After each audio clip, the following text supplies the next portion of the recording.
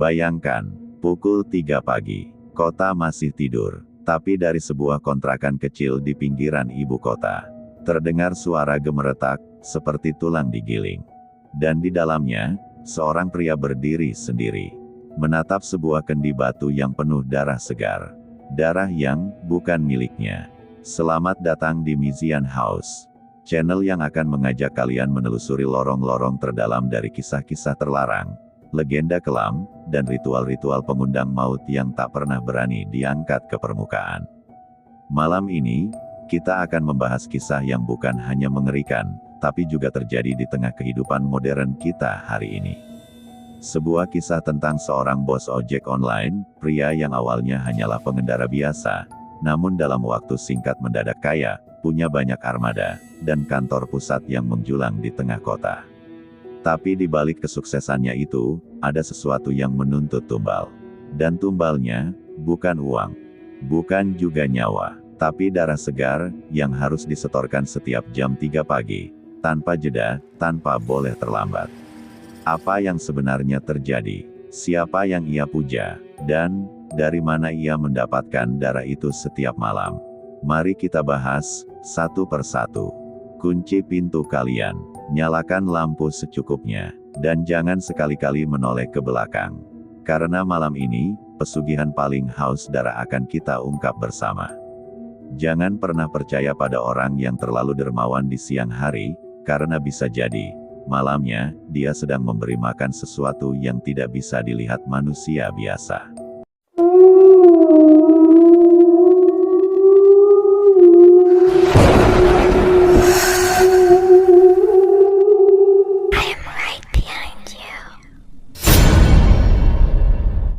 Siang hari di Basecamp. Basecamp ojek online itu terlihat biasa.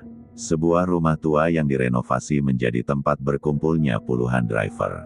Ada tempat charger gratis, kopi sachet gratis, bahkan makan siang gratis seminggu 3 kali. Semua driver memanggilnya, Bos Arman. Usianya sekitar 40-an, tapi wajahnya awet muda, dan tubuhnya selalu segar seperti orang yang habis bangun tidur panjang. Gua sih betah kerja di sini, kata Reno, salah satu driver senior. Bos nggak pernah marah, bensin suka dibayarin, motor-motor juga bagus semua. Gua heran, padahal setahun lalu dia masih narik bareng gua di pinggir stasiun. Tak banyak yang tahu bagaimana Arman bisa naik kelas begitu cepat. Dalam waktu 8 bulan, dia membeli 20 unit motor, membayar operasional bulanan hingga ratusan juta rupiah, dan menyewa kantor pusat di gedung lantai 5. Ketika ditanya, Arman selalu menjawab, lebih besar dari, gue cuma lagi hoki. Rejeki anak soleh. Tapi para tetangga punya cerita lain. Menurut Pak Ujang, penjaga warung sebelah Basecamp, tiap malam sekitar jam 3 pagi, ada suara motor datang. Tapi bukan motor biasa. Suaranya berat, seperti motor tua mogok, tapi tak pernah berhenti. Lalu terdengar suara langkah kaki, dan bau besi yang menyengat. Lebih besar dari, kayak bau darah, Mas, kata Pak Ujang. Kayak abis nyembelih kambing, tapi lebih amis, lebih tajam. Suara itu selalu berhenti di depan pintu belakang Basecamp. Kadang terdengar suara geraman, seperti orang sedang menahan teriakan. Kadang, terdengar suara seseorang sedang berbicara dengan nada bergetar, seperti memohon sesuatu. Tapi tak pernah jelas. Setiap pagi, Pak Ujang melihat satu ember besi di depan pintu itu. Bekas darah, tapi selalu bersih keesokan harinya. Nama pria itu Bagas, anak baru 3 minggu jadi driver. Lulusan sarjana tapi belum dapat kerja, akhirnya ikut temannya melamar ke Basecamp Arman. Bagas orangnya sopan, rajin, dan selalu datang lebih awal. Tapi satu malam, dia ditelepon langsung oleh Arman. Lebih besar dari, gas, kamu bisa bantu bos ambilin paket di gudang belakang jam 3 pagi. Nanti saya kasih bonus. Bagas mengangguk, meski heran. Tapi sejak malam itu, Bagas tidak pernah terlihat lagi. Arman mengatakan Bagas resign karena dapat kerja di luar kota. Tapi ibu kos Bagas bilang, lain, barang-barangnya masih ada di kamar. HP-nya mati. dan motor pinjamannya ada di base camp. Tak ada yang bisa menjawab kemana Bagas menghilang. Tapi Reno sempat melihat sesuatu yang membuat bulu kuduknya berdiri. Lebih besar dari, gue ke toilet jam 2.45 pagi. Pas balik, lewat belakang base camp, gue lihat Arman berdiri depan kendi besar. Di depannya, ada orang diikat, wajahnya penuh darah. Kayak Bagas. Tapi Reno tak berani cerita ke siapapun. Karena sejak malam itu, dia bermimpi buruk terus-menerus. Dalam mimpi, ada suara berkata, lebih besar dari, kalau kau bicara, giliranmu yang disetor. Cerita ini berubah drastis saat muncul sosok bernama Mbah Jatiswara. Seorang dukun tua yang tinggal di gunung kecil di luar kota. Ia dikenal sebagai mantan paranormal kerajaan, tapi hidup menyendiri sejak istrinya mati bunuh diri. Suatu malam, Arman diam-diam datang ke gubuk Mbah Jatiswara membawa 2 ekor ayam cemani dan kendi kosong. Lebih besar dari, saya siap, katanya singkat. Mbah Jatiswara membuka gulungan kain merah. Di dalamnya ada pisau hitam, rambut manusia, dan jimat dari tulang burung hantu. Lebih besar dari, kau harus menyetor darah setiap malam jam 3. Bukan darah hewan, bukan darah sembarang orang, tapi darah manusia yang merasa aman bersamamu. Arman terdiam, tapi dia sudah siap. Malam itu, ia diminta membacakan mantra. Lebih besar dari, aku bukan manusia yang mencintai harta, tapi harta yang haus akan tubuhku. Darahku kutukar dengan tahta, tapi bukan darahku yang kau minta, melainkan milik mereka yang percaya padaku. Setelah ritual itu, Arman bermimpi aneh. Ia berada di sebuah danau hitam, berdiri di atas rakit dari tulang manusia. Di seberangnya berdiri sosok tinggi berjubah putih, tapi wajahnya seperti ular tanpa mata. Sosok itu berbicara tanpa membuka mulut.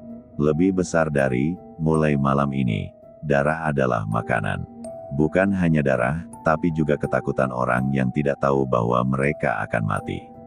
Setoranku hanya berlaku jika mereka merasa selamat bersamamu.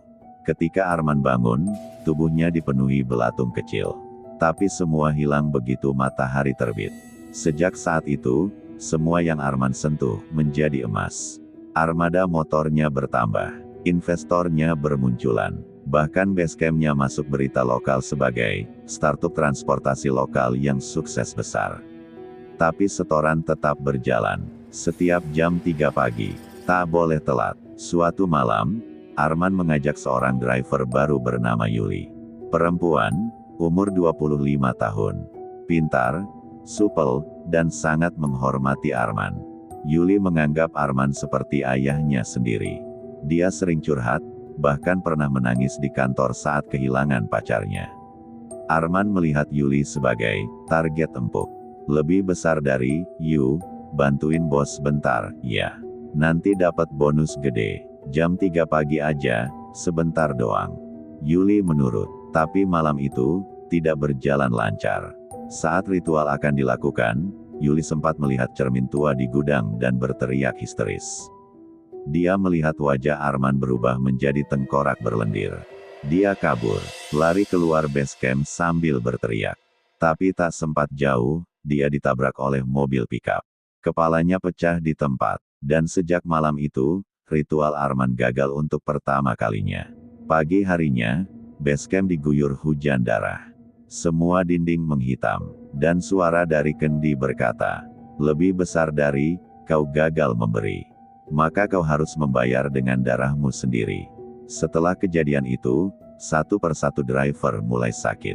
Awalnya flu biasa, lalu muntah darah, lalu hilang kesadaran. Sebagian mengigau menyebut nama Bagas dan Yuli. Beberapa bahkan meninggal tiba-tiba di kamar kos mereka. Tanpa luka, tanpa sebab medis. Arman mulai panik. Ia kembali ke Mbah Jatiswara. Tapi gubuk itu terbakar. Mbah Jatiswara ditemukan tewas terbakar setengah badan, dengan mata melotot dan jari menunjuk ke langit. Di dinding hangus rumah itu tertulis dengan darah. "Lebih besar dari, darahmu belum cukup." Suara dari HP kosong. Ponsel Arman mulai menerima panggilan aneh. Nomor tidak dikenal, tanpa nama, tapi selalu berbunyi pukul 3 pagi. Saat diangkat, tak ada suara. Tapi jika dibiarkan, terdengar rekaman suara lirih. Lebih besar dari, sakit, bos, dingin, kenapa aku? Aku percaya sama bos. Itu suara Bagas. Tapi mustahil. Bagas sudah hilang berbulan-bulan. Dan kadang, suara Yuli ikut terdengar. Lebih besar dari, bos bilang sayang. Kenapa malah nyeret aku ke kendi? Arman tidak bisa tidur. Matanya merah. Ia mulai berbicara sendiri. Dan yang lebih aneh, ia mulai mencium bau besi dari tubuhnya sendiri. Bau darah. Dari luar, Arman tampak makin sukses. Tapi dalam hatinya, dia tahu waktu makin dekat. Ia tidak bisa menipu lebih lama. Kendi mulai retak. Ritual gagal 2 kali. Dan kini, suara-suara dari dalam kendi mulai terdengar siang hari. Lebih besar dari, besok giliranmu. Suara tangisan, aroma anyir darah, dan ketukan samar dari balik pintu kamar mandi yang tak berpenghuni. Itulah awal malam yang mengubah hidup Aldi, salah satu pengemudi ojek online yang paling loyal di antara rekan-rekannya. Ia tak pernah menyangka bahwa pekerjaan malam itu akan membawanya ke lubang neraka yang tersembunyi di balik dunia nyata. Setelah kejadian misterius di garasi tempat Arman menyimpan motor-motor karyawannya, Aldi mulai merasa ada yang tidak beres. Pikirannya dipenuhi pertanyaan, mengapa bos Arman begitu tertutup? Kenapa selalu minta setor uang tunai tanpa aplikasi? Dan yang paling mencurigakan, mengapa setiap jam 3 pagi, ia menghilang selama 1 jam? Aldi menyimpan rasa penasaran itu rapat-rapat. Tapi malam itu, hujan deras mengguyur kota. Petir menyambar seperti membelah langit. Dan Aldi yang kebetulan sedang mengantarkan paket, menerima telepon dari nomor tak dikenal. Tolong, dia menyimpannya di bawah rumah, mayat-mayat itu. Suaranya lirih, seperti berasal dari mulut seseorang yang sedang sekarat. Jangan percaya dia, Arman, dia bukan manusia lagi. Klik, telepon terputus. Aldi berdiri kaku di tengah jalan, motor berhenti di bawah lampu merah yang seolah-olah tidak ingin berubah.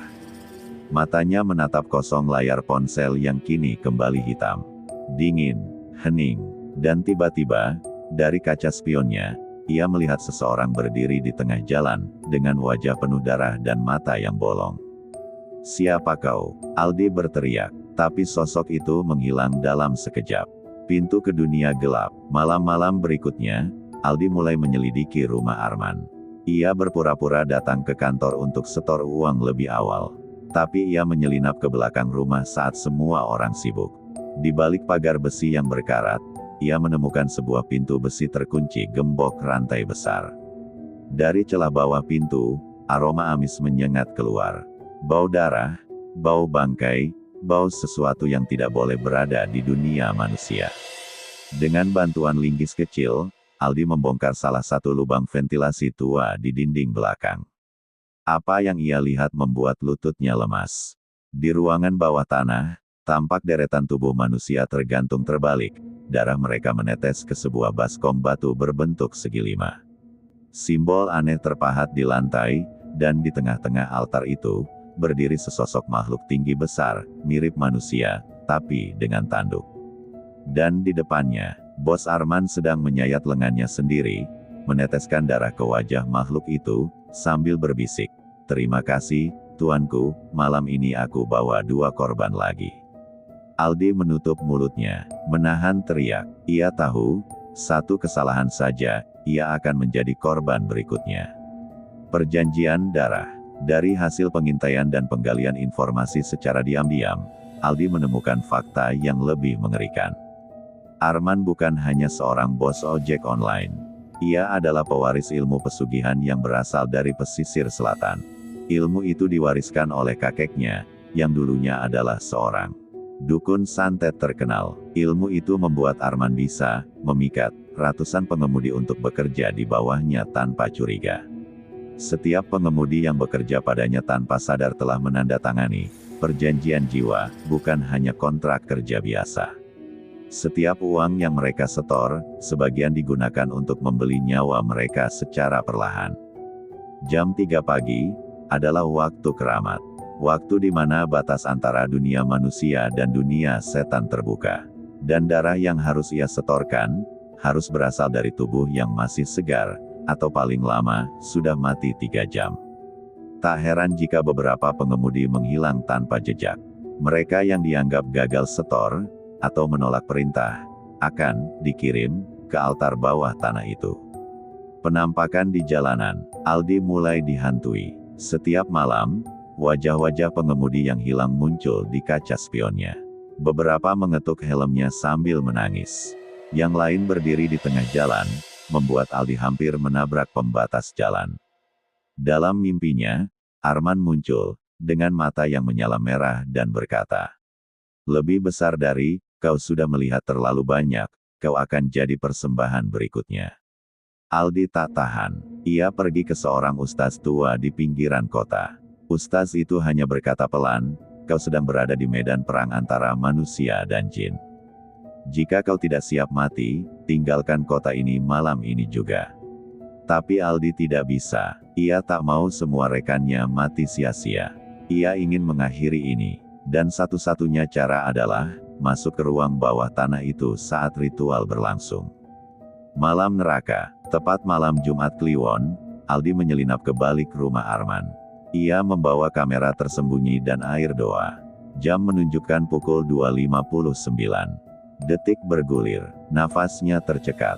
DORRRR. Suara pintu bawah tanah terbuka. Arman turun dengan tubuh telanjang dada, dan di tangannya, ada kantong berisi darah segar. Makhluk di altar mulai muncul dari dalam tanah, perlahan, seolah menyusun tubuh dari darah yang mengalir. Aldi merekam semuanya, tapi langkahnya tak sengaja menginjak tulang kering manusia yang patah. Suara itu membuat Arman menoleh. Siapa di sana? Aldi kabur, tapi ia tidak sadar, ada yang ikut berlari bersamanya.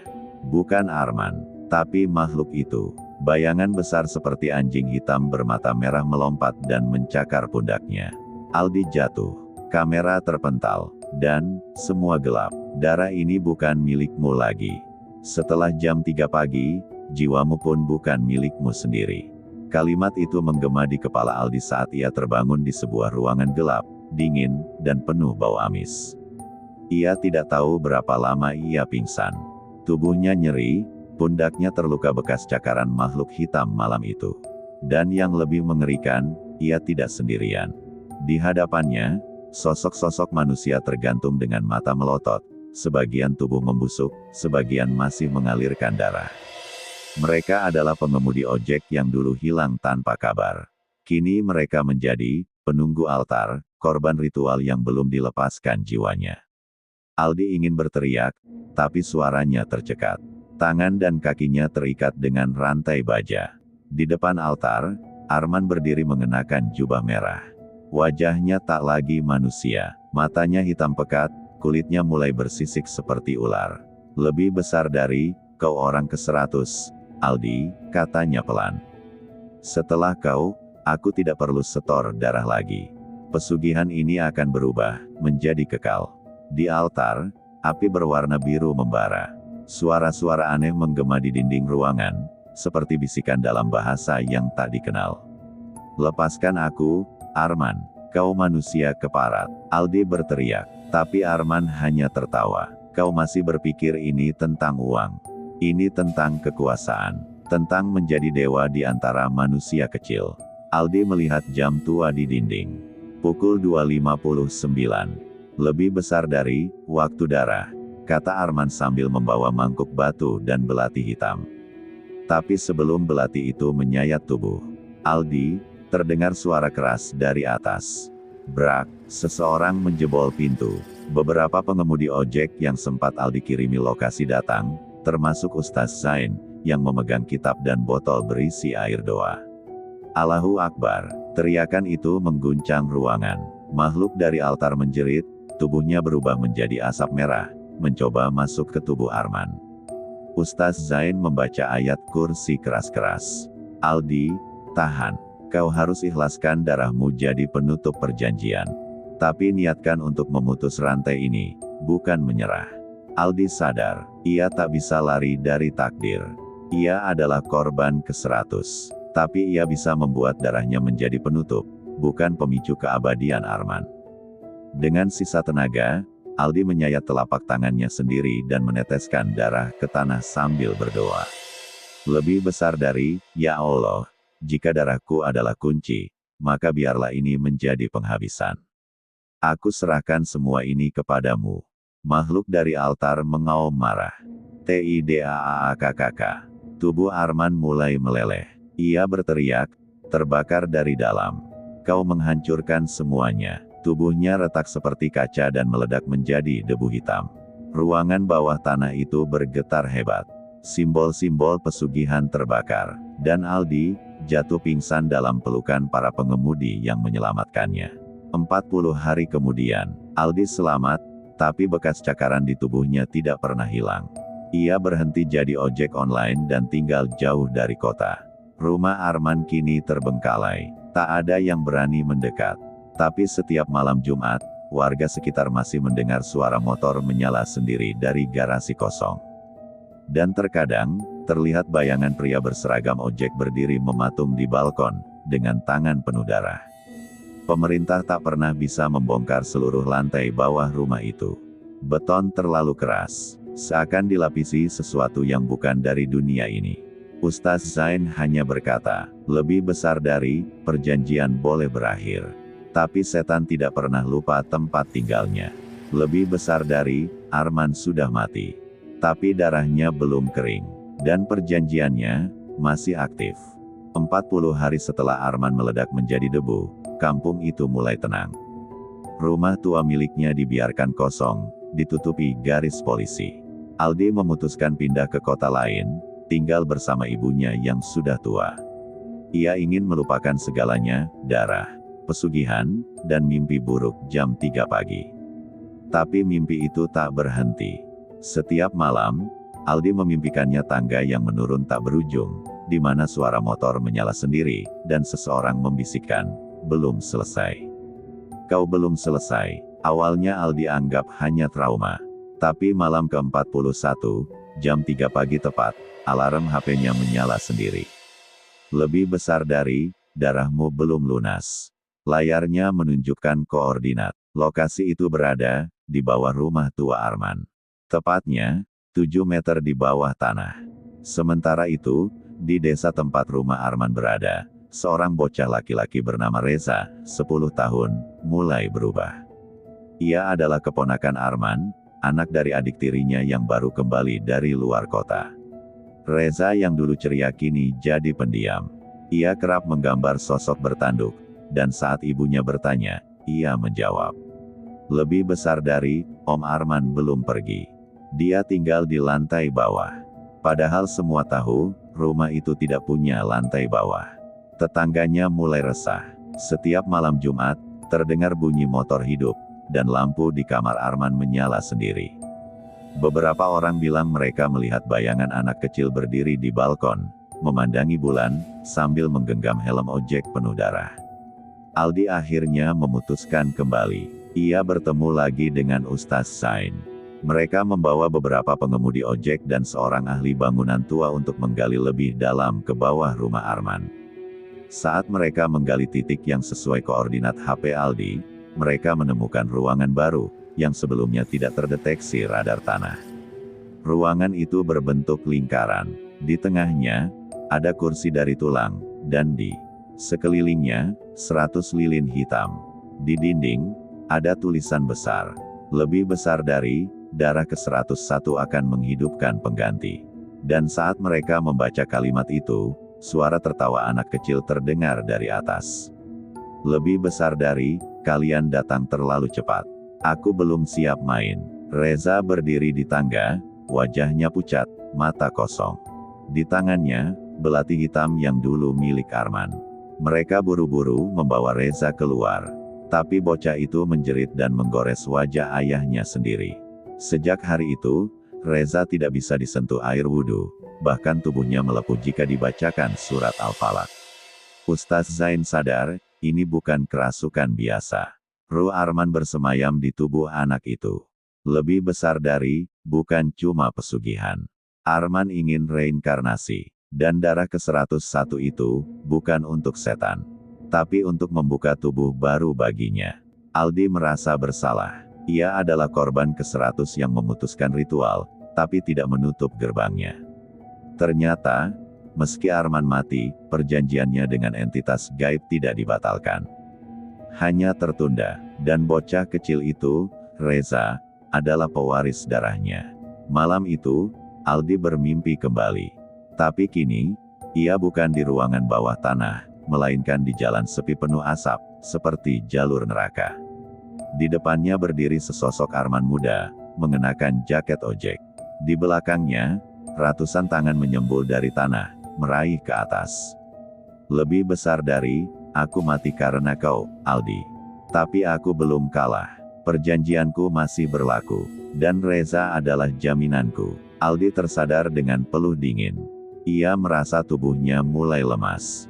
Luka cakaran dari dulu mulai membusuk, menghitam. Ia sedang sekarat, dan itu bukan karena penyakit. Melainkan karena jiwanya terikat dengan Reza. Jika Reza berhasil dikorbankan di kursi tulang itu, Aldi akan mati. Dan tubuh Arman akan hidup kembali melalui anak kecil itu. Mereka memutuskan melakukan ritual pembersihan. Tapi jam 3 pagi, Reza menghilang dari rumah. CCTV menangkapnya keluar sambil membawa helm dan belati, menuju rumah Arman. Aldi dan yang lain menyusul, tapi mereka terlambat.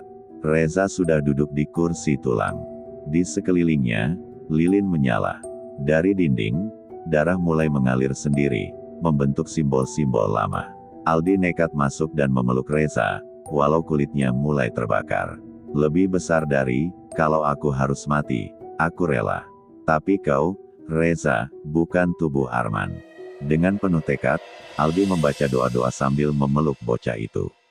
Ustaz Zain memercikkan air ruqyah ke seluruh ruangan. Tiba-tiba ruangan itu runtuh. Jeritan terdengar dari dalam tanah. Arman muncul dalam wujud asap hitam dan berubah jadi makhluk setengah ular, setengah manusia. Ia menyerang Aldi, tapi tubuh Aldi menyala seperti bara. Luka lamanya terbakar, lebih besar dari, ya Allah, jika aku harus jadi penutup, biarkan aku jadi segel untuk selamanya. Teriak Aldi, tubuhnya dan Arman meledak bersama. Reza selamat, tapi setelah kejadian itu, ia tak pernah bicara lagi. Rumah Arman kini ditimbun beton dan dijadikan masjid. Tapi kadang, jika malam Jumat jam 3 pagi, cerita ini mengingatkan kita, bahwa ketamakan manusia bisa membukakan gerbang untuk sesuatu yang lebih kejam dari sekadar kemiskinan, yaitu pengorbanan kemanusiaan itu sendiri. Arman memang sudah musnah, tapi apakah makhluk dari altar itu juga ikut lenyap? Ataukah, ia kini sedang mencari, bos baru, untuk meneruskan ritual darah jam 3 pagi. Terima kasih telah mengikuti cerita panjang dan menyeramkan ini, tapi apakah ini benar-benar akhir? Mungkin iya, mungkin tidak, karena seperti kata Arman, lebih besar dari, perjanjian darah tidak bisa dibatalkan. Hanya diwariskan. Hati-hati, jika kalian mendengar suara motor berhenti di depan rumahmu, dan tidak ada pesanan masuk di aplikasi, jangan buka pintu. Sampai jumpa di cerita selanjutnya.